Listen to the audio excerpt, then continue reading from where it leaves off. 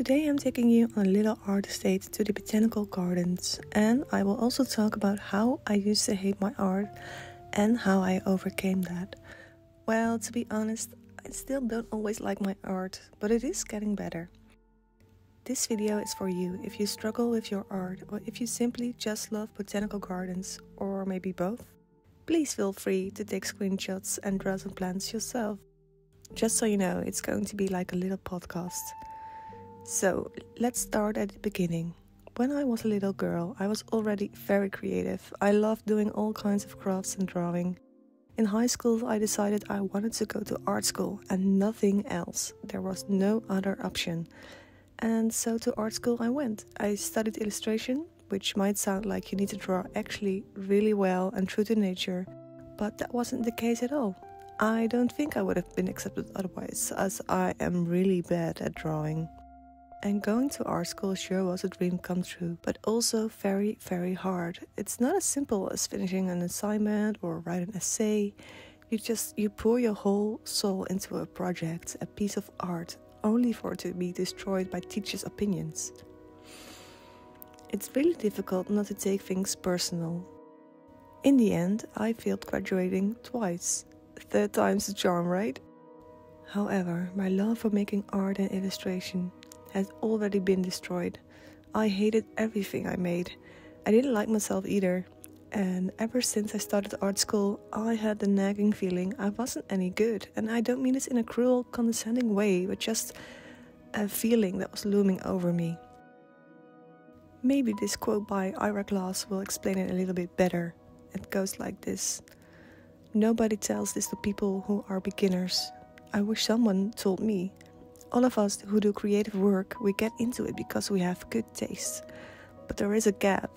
For the first couple of years you make stuff, it's just not that good. It's trying to be good, it has potential, but it's not. But your taste, the thing that you got into the game, is still killer, and your taste is why your work disappoints you. A lot of people never get past this phase, they quit. Most people I know who do interesting, creative work went through years of this. We know our work doesn't have the special thing that we want it to have. We all go through this. And if you are just starting out or you are still in this phase, you gotta know it's normal, and the most important thing you can do is do a lot of work. Put yourself on a deadline so that every week you will finish one story. It is only by going through a lot of volume of work that you will close that gap and your work will be as good as your ambitions. And I took longer to figure out how to do this than anyone I've ever met. It's gonna take a while. It's normal to take a while. You just gotta fight your way through. I feel like this quote really hits the nail on the head. It's what I felt all through art school, and failing the exams just left me completely devastated. It sounds very dramatic, I know, but I didn't touch a pencil for many years afterwards. I lost all appetite for drawing, for creating, but it was what my soul so desperately needed. I decided to focus on photography, which was another passion of mine, and I did that well, because it's now my full-time job. After many years, the urge to draw came back, to just create something out of nothing. So I just started drawing again, just a little, and after a while I discovered my passion for printmaking. There is this monthly evening at our local print studio where you can walk in and just make something. For me, it was the perfect place to just create.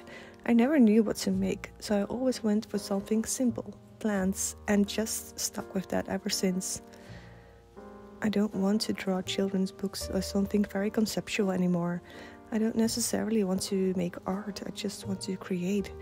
With printmaking, I feel like I finally found my place and my style. It's the one thing I'm not embarrassed about to show people, because honestly, I'm still embarrassed to show people my drawings. I posted one of the drawings I made in this video on my Instagram stories and eventually got a like, but barely. While the other stories at the botanical gardens got many likes, and my heart still sinks when that happens. But I also think it's important for me to show the imperfect drawings, like exposure therapy. When I draw, even though I don't want to, I eventually lose myself and get into the creative flow. After a while, you realize that time has passed and you had no idea. And for me, that's what this is all about. So, if you struggle with loving your art, please don't give up. Find your niche and don't be too hard on yourself when it's something simple. If it gives you joy, nothing else matters. Just start with something simple. like draw the plants in your house, a cup of coffee, or just a mindlessly doodle. Art doesn't have to be big and meaningful, it just has to be a peaceful journey. And so today I decided to treat myself to a trip to the botanical gardens, as plants are my biggest form of inspiration. Just sitting there, enjoying the environment and relax, not making masterpieces, just sketching and being at peace with myself and my art journey.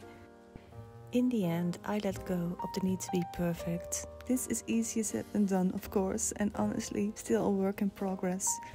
I also think it's natural to struggle with perfectionism, especially nowadays when you'll see all the perfect pictures on social media. That's why I think it's so important to make a video like this. I often hate my art, but being gentle and kind to myself has really helped me appreciate my own art more. I'm a big believer of just trying things out without the end result needing to be perfect. That's why I make these silly YouTube videos, for example. I could think, why would anyone watch these? They suck. But as long as I like putting them together, then that's enough. Even if they don't get any likes at all. Again, this is easier said than done, but a good practice anyway. To end with another quote, the great Pippi Longstocking once said, "I have never tried that before, so I think I should definitely be able to do that." Let us all be more like Pippi, shall we? We live in such a competitive time, and I'm curious to hear your thoughts on this. Please let me know. Thank you for watching and enjoy some more planty shots. Thank you.